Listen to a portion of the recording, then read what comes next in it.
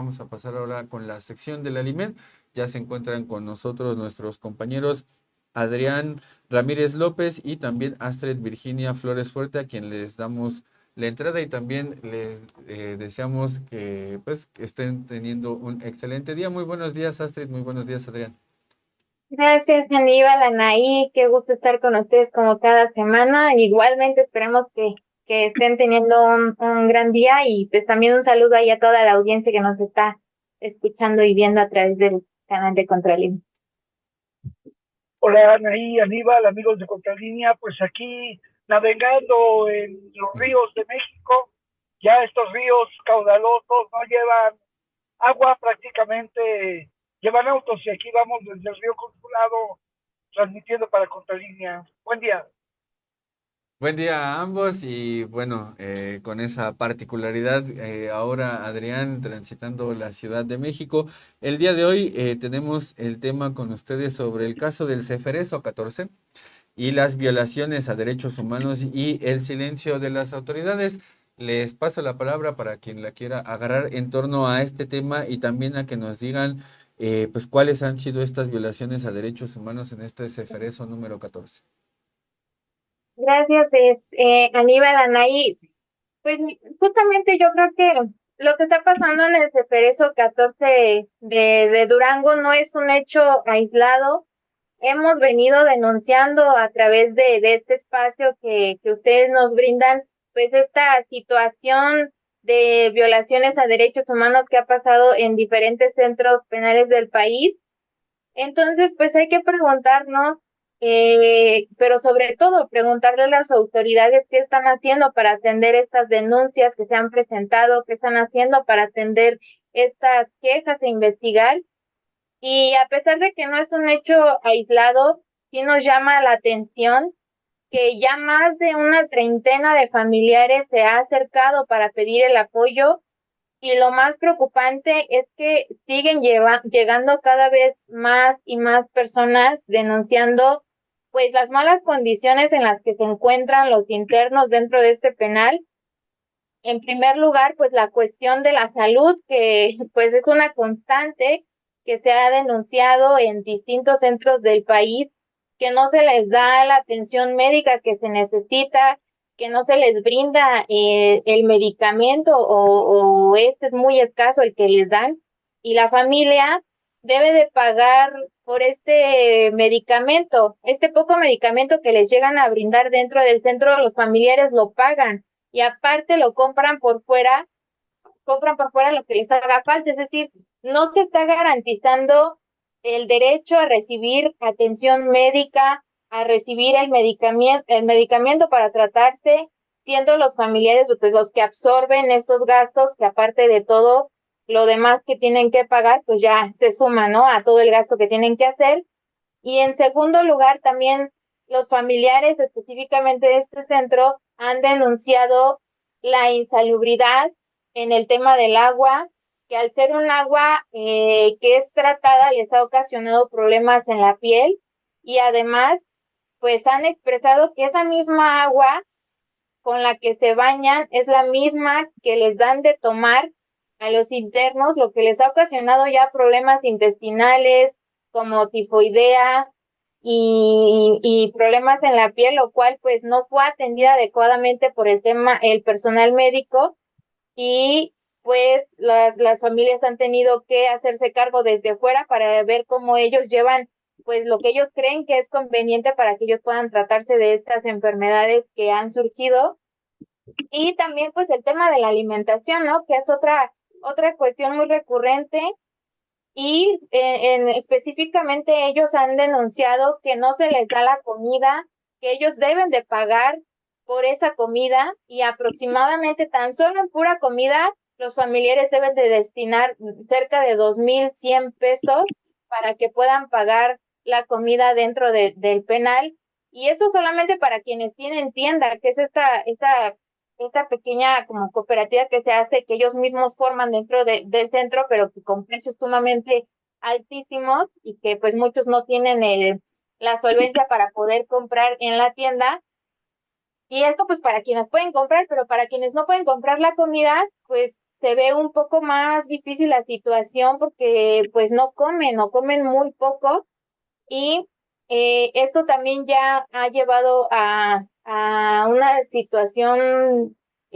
pues grave en la cuestión de salud porque incluso los familiares que han podido entrar a ver a sus internos pues han denunciado que ha habido ya una pérdida de peso considerable en algunos de ellos a causa justamente de la mala alimentación, lo que pues podría también desencadenar en mayores problemas de salud, ¿no? Y no conforme con esta situación que están atravesando, pues los familiares han denunciado este aislamiento en el que se encuentran sus familias y no les permiten hacer las llamadas, les han limitado el tiempo en los que ellos pueden hablar. Entonces, esta serie de circunstancias que parece que pues se repiten y se repiten en diferentes centros, ahora pues nos está llegando estas denuncias por parte del centro de ahí de Durango y que no se está hasta el momento hablando del tema, ¿no? Y a esto hay que sumarle varias otras cuestiones, pero quiero darle también ahí la palabra a Adrián para que él nos comente acerca de lo que estoy diciendo hasta el momento, Aníbal Anaí. Bueno, podríamos nosotros decir que esto no es noticia, no es nada nuevo, no es algo que aporte al debate o a las circunstancias de la realidad nacional, pero hay que tomar en cuenta que a raíz del traslado de una cantidad importante de personas con un alto valor como delincuencia, eh, ese, esa extradición o ese pedimento que los llevó a que los trasladaran de México hacia Estados Unidos, generó una crisis al interior concretamente del centro del Ceferezo 14, que primero las familias estaban angustiadas porque no sabían qué estaba pasando. Creo que es muy importante que las autoridades de los centros penitenciarios y además de las entidades federales que regulan a todos los centros prevean los riesgos que puede pasar estas situaciones porque podrían desencadenar situaciones de motín, de confrontación, de que los familiares adentro protestaran, afuera estuvieran protestando, cuando simplemente se anuncia que hay medidas disciplinarias que hay que tomar en cuenta y que, por lo tanto, no haya preocupación. Pero al no informarle a los familiares, al restringirles las llamadas, y otra cosa que es muy lamentable, es que de los presos que iban a ser visitados ese día, pues no pudieron entrar sus familiares y muchos de ellos tuvieron que viajar desde diferentes lugares para llegar allá con la frustración de no haberlos podido ver y sin embargo la falta de sensibilidad para indicarles pues qué era lo que pasaba es lo menos que debiera hacer la autoridad al respecto. El otro punto que es importante decir es lo que decía Astrid, de que la misma agua con que se bañan es con la que toman agua. Bueno, sí es la misma agua, pero no con la que se bañaron, pero digamos la calidad del agua hay que revisar qué es lo que está pasando, esta situación de queja, el asunto de los medicamentos que tiene que ser garantizada por la autoridad, el pago de los medicamentos, la atención médica especializada. ¿Por qué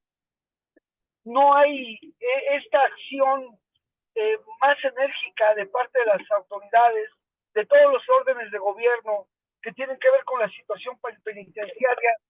para que se modifique el asunto? Es decir, ¿para qué estar dejando acumular quejas cotidianas, constantes, muchas de ellas de un mismo preso, porque hoy le dieron el medicamento, pero es una enfermedad crónica degenerativa, no le atienden, no le dan la cirugía, no le dan la rehabilitación y tiene que estar metiendo amparos y todo eso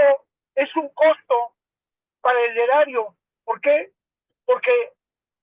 un juicio de amparo tiene sus costos, hay que notificar, hay que hacer una serie de cosas cuando lo que habría que hacer es dar el medicamento y punto. Lo mismo pasa con el tema de la alimentación. Se supone que los centros, estos llamados CPS, tienen que garantizar todo lo que el interno necesita ahí adentro. Y entonces no se le da toda la alimentación completa, no se le da todo lo que necesita la persona, y entonces esto hace que la persona tenga que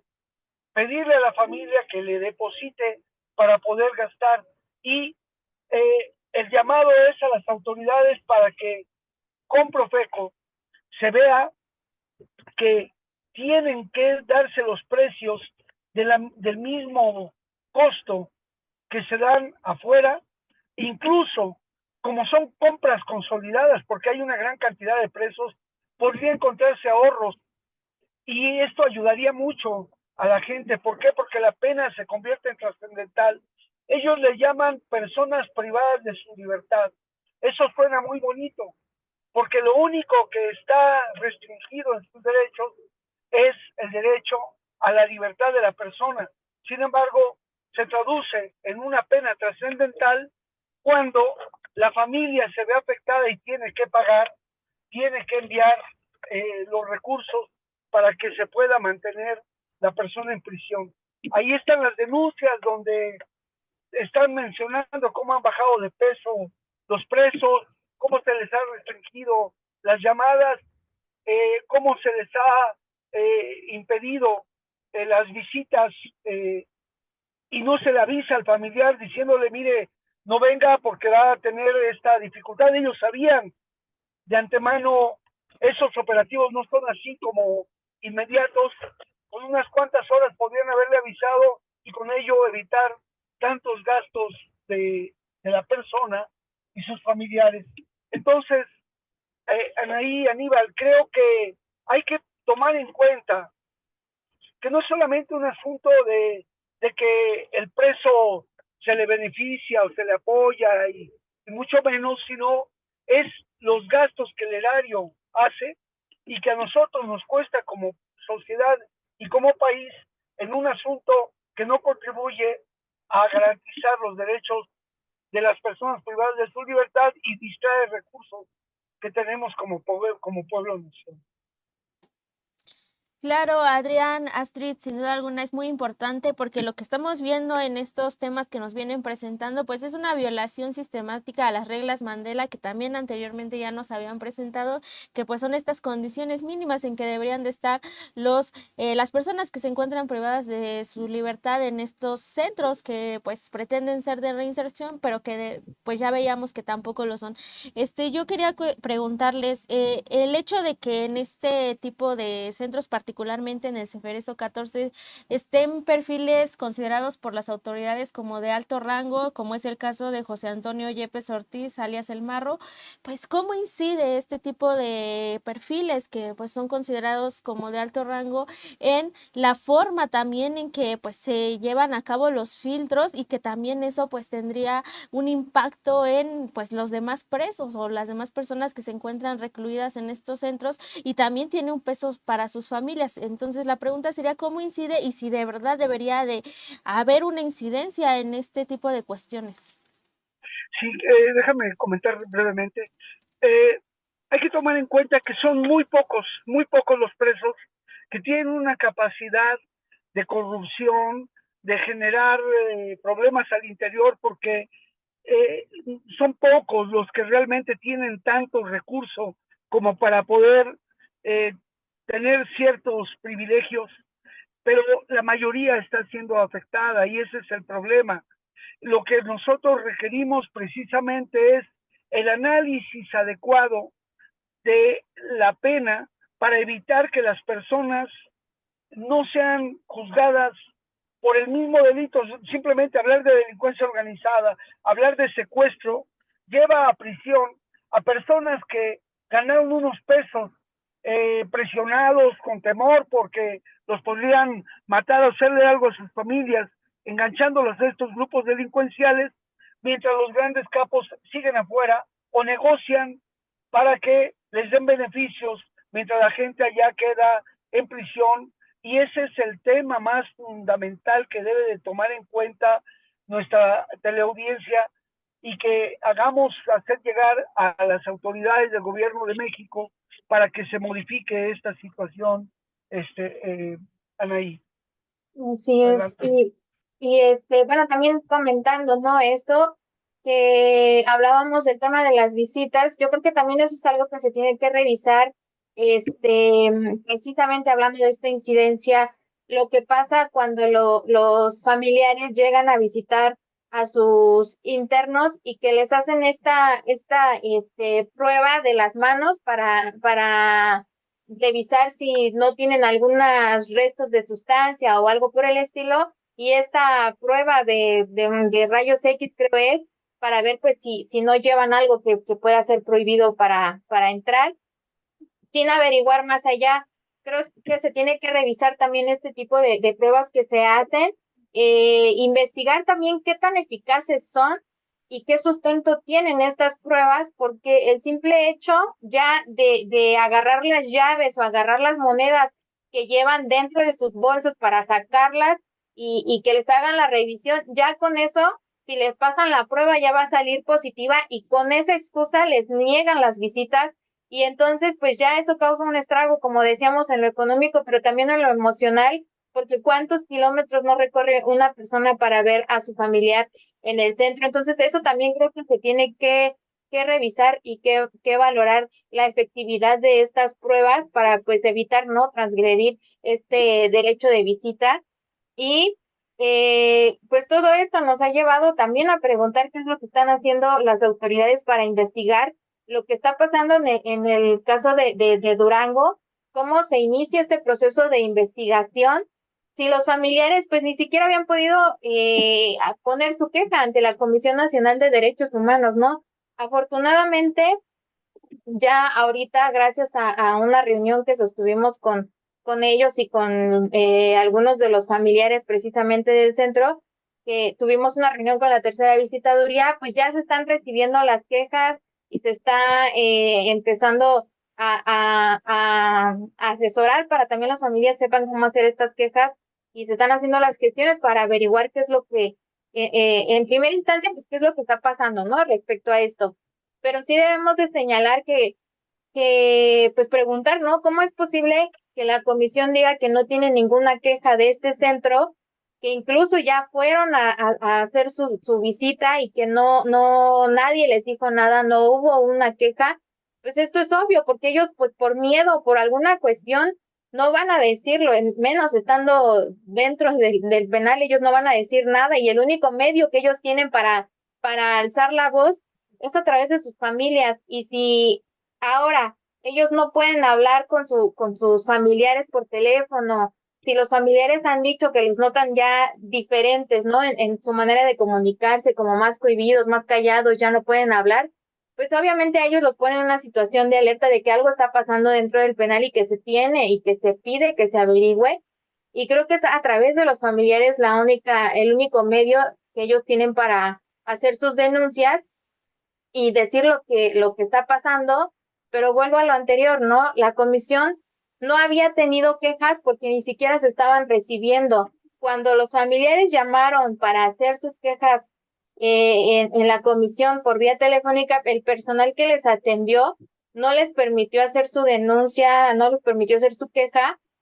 Pero bueno, al menos por el momento, y afortunadamente esto es algo que ya se está resolviendo, porque pues sí es importante para poder saber qué es lo que está pasando, pues primero tienen que los familiares hacer sus denuncias y sus quejas correspondientes para que en base a ello, pues ya la comisión pueda iniciar este proceso para saber qué es lo que está pasando con todo lo que ya los familiares han estado denunciando. Entonces, pues sí, afortunadamente ya las quejas se han estado haciendo por vía telefónica, sobre todo, pero pues es eso, ¿no? Es la llamada no nada más a la comisión, sino también a las autoridades del mismo centro a que revisen y a que atiendan esta situación para que no se sigan vulnerando los derechos de los familiares y de los internos. Aníbal Anaí, pues ese es el llamado. Claro que sí, Astrid y Adrián, y bueno, desde luego que hace un momento con esta recuperación de las reglas Mandela que mencionaba mi compañera Anaí, y recuperando también los otros casos que hemos visto acá, no solamente este del Ceferezo 14, también el otro caso de Querétaro, en fin, más que la excepción termina siendo la regla esta violación a derechos humanos y sobre todo el nulo acceso a alimentos sanos, a agua saludable, a las medicinas también. Brevemente, ¿con qué les gustaría cerrar esta participación el día de hoy? Bien, sí, creo que es muy importante mencionar que como pueblo, como país, ahorramos más, gastamos menos si se respetan los derechos humanos, porque el gasto que se tiene que hacer en gestionar una queja, en mandar un visitador, en corroborarla, en hacer oficios, en entregar y venir y mandar papeles y comprobantes, el tener que promover juicios para que eso se respete, el tener que estar señalando administrativamente las cosas, podría resolverse simplemente cambiando el modelo. Y ese modelo CPS, hay que investigar bien quiénes, como ya se sabe, están detrás. La Auditoría Superior de la Federación ya había hecho algunos avances, también había hecho ya la propia UIF, la Unidad de Inteligencia Financiera, que estaba detrás de los grandes negocios que Genaro García Luna dejó instalados en este proceso del imperialismo carcelario, y que se vea y se audite la ineficacia que tienen esos instrumentos porque no se están usando de manera adecuada y